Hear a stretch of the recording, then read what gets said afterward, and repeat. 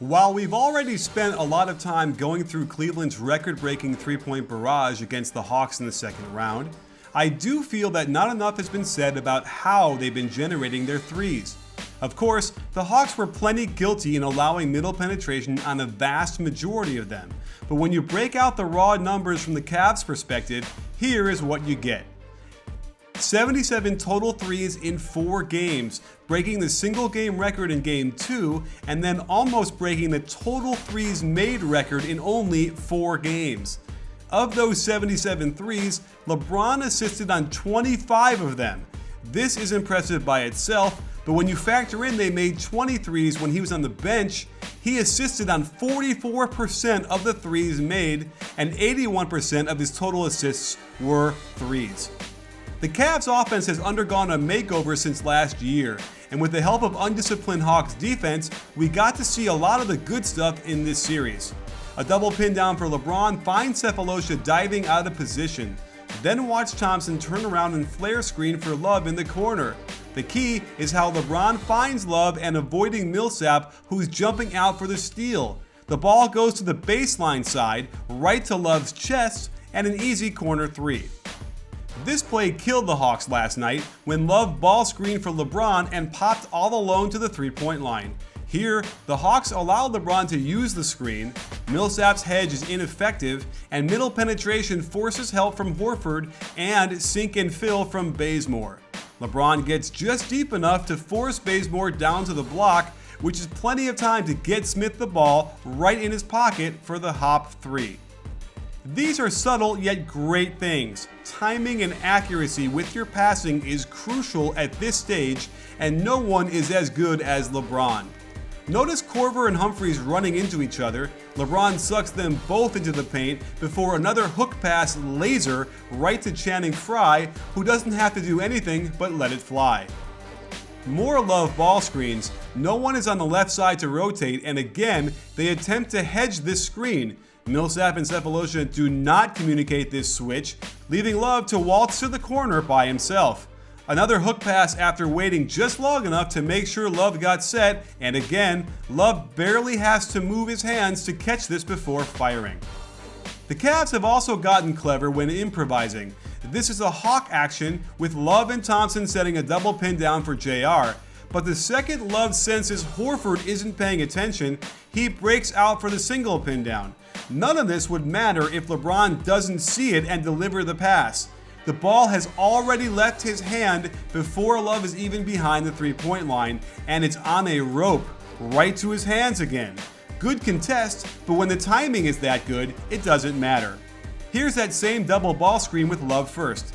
Notice how the left side is cleared out, and after Millsap's hedge, he is so far behind the play, he has no hope. But again, it wouldn't matter unless LeBron throws this one-handed pass right to Love right when he's set so he can hop in rhythm into another 3. This play got me yelling at the Hawks from my couch. Notice how no one is even guarding LeBron until he's almost at the 3-point line. How can this happen? And because of it, Horford had to rotate to the midline. So LeBron throws the most inaccurate pass of the night just above Frye's head. Apparently, it didn't bother him much. More defensive-ish by the Hawks. First, Sefolosha allows LeBron into the middle of the paint, which happens, but Millsap decides to help one pass away off of Kevin Love of all people. Smart choice by LeBron to throw a bounce pass underneath Millsap's active hands, right to Love's hands, easy shot. More Hawk action that gets LeBron a post-up after he screens for Kyrie. Just watch how he waits for the double, and as soon as Millsap has to rotate down, the pass is already there, and Frye simply hops into the open shot and knocks it down. With Humphries and Horford in against a small ball lineup, major confusion as they both go to guard Frye. While Shumpert was wide open, I admire how he leads him perfectly with this pass, so he can catch it right in his shooting pocket without breaking stride and knock it down. On this possession, LeBron already knows how the Hawks are going to guard this play, getting Love in the weak side corner. Now you see Horford telling Millsap to get over farther to shadow LeBron. Once LeBron gets this close to him, Millsap has to inch back towards his man, but instead stays put. So LeBron shrugs and fires it. a little bit off target, but this is the short corner 3, so there's some leeway, and Love nails it. We already covered all the threes in game 2, so if you want to relive passes that took advantage of this Jeff Teague-ish and the like, click on the screen or on the link in the description below. In game 1, the Cavs run horns, and I like this misdirection handoff to Kyrie, daring Korver to move off JR a few inches. While Korver didn't really take the bait, had this pass not been a bullet right to JR's hands at the perfect time, he's not getting this off, much less making it. More Hawks defensive-ish, Sefolosha foolishly helps even though Muscala is in perfect position. Kyrie completely misses LeBron for the dunk, is late getting into Love for the 3. Now, I like this help by Sefolosha on the drive, and if Love would have waited a beat, he's got Jefferson on the cut. But excellent deflection by Korver. However, now they've got Muscala turned the wrong way, Korver out of position, and when Sefolosha steps over to help, it's a football pass on the numbers. Jefferson could kick this ball in, he's so open. Another mistake by Millsap to help one pass away off of LeBron allows him to attack right into the middle of the lane.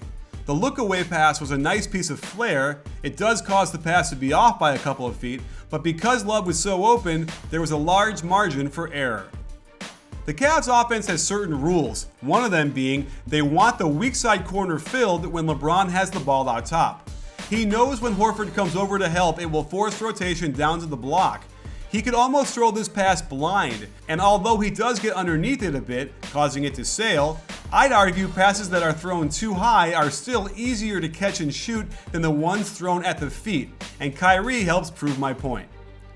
And the last assist I want to feature was this key basket from J.R. Smith, but again, LeBron has to throw it accurately and at the right time so it hits him in perfect stride, perfect rhythm, and all JR has to do is let it fly. While LeBron James has gotten his share of credit for being an elite passer, I still think the things we went over aren't pointed out enough. And hopefully, a lot of young players will watch this and develop a deeper appreciation for the subtle nuances that go into passing the ball for scores.